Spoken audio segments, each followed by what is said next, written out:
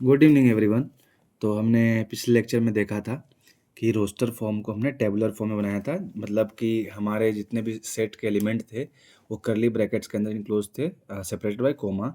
उसको हमने एक प्रॉपर्टी के तहत उस सेट को डिफाइन करा था। आज क्या होगा कि आज हमारे पास प्रॉपर्टी होगा, ठीक है, और उसके बाद हम क्या करेंगे, उसको रोस्टर फॉर्म और टेबुलर फॉर्म में लिखेंगे। तो चलिए, हमारा टाइटल होगा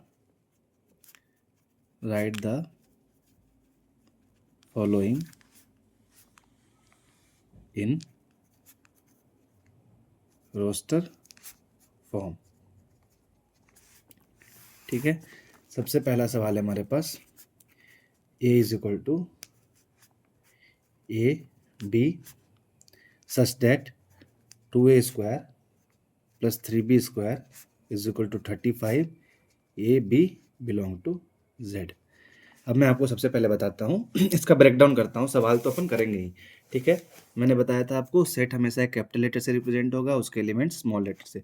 अब आप बोलोगे सर आपने तो बताया था a is equal to X such that X is, जो अपना कोई प्रॉपर्टी होगा, ठीक है, कोई प्रॉपर्टी जो उसके सारे एलिमेंट सेटिस्फाई करेंगे। ठीक है, लेकिन आप कहोगे सर यहाँ तो ए बी है, तो क्यों नहीं होगा, क्योंकि आपके पास वेरिएबल भी तो दो है ना, तो इसीलिए हमारे पास ए बी है।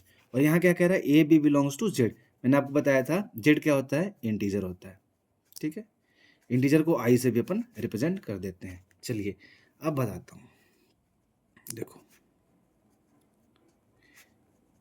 अब एक बात बताओ बच्चों,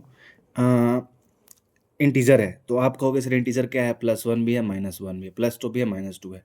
तो हम क्या करते हैं, पहले प्लस के वैल्यूज कैरी करते हैं। ठीक है, तो मान के चलते हैं if A is equal to 1, ठीक है, तो क्या होगा 2 इंटू वन का square plus 3b square is equal to 35। ठीक है, 3b square is equal to 35 minus 2, 3b square is equal to 33, B square is equal to √11। तो ये हमारा इंटीजर आएगा क्या, नहीं, ये हमारा इंटीजर आएगा क्या, B is equal to √11, sorry, तो ये हमारा इंटीजर नहीं आएगा। चलो ये तो हम रिजेक्ट कर देंगे। अब हम करते हैं ए के वैल्यू को 2 अगर मान के चलते हैं हम, ठीक है, तो 2 इंटू टू का square plus 3b square is equal to 35। ठीक है, 3b square is equal to 35, 2 into two का स्क्वायर 4 इंटू टू 8, 8 इधर जाएगा, 3b square is equal to 27, b square is equal to 9।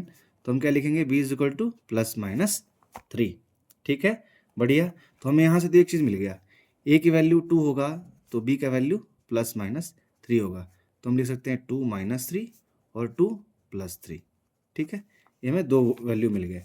ठीक है, आगे बढ़ते हैं, a इज इक्वल टू 3 लेते हैं हम। ठीक है, 2 इंटू 3 का square plus 3b square is equal to 35।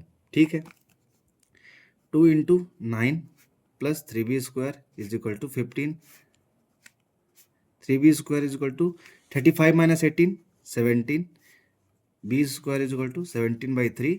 फिर से ही हमारा इंटीजर नहीं आएगा। चलिए a के वैल्यू को 4 लेके चलते हैं। ठीक है, 2 इंटू 4 का square plus 3b square is equal to 35।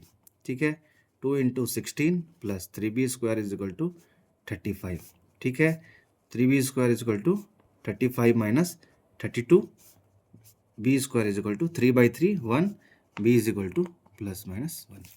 ठीक है, हमारे पास क्या आ गया, a की वैल्यू 4 तो b की वैल्यू +-1। अब हम आगे बढ़ते हैं बच्चों। ठीक है, अगर a की वैल्यू हम 5 लेके चलते हैं, ठीक है, 2 इंटू 5 का square plus 3b square is equal to 35। ठीक है, 3b square is equal to 35 minus 50।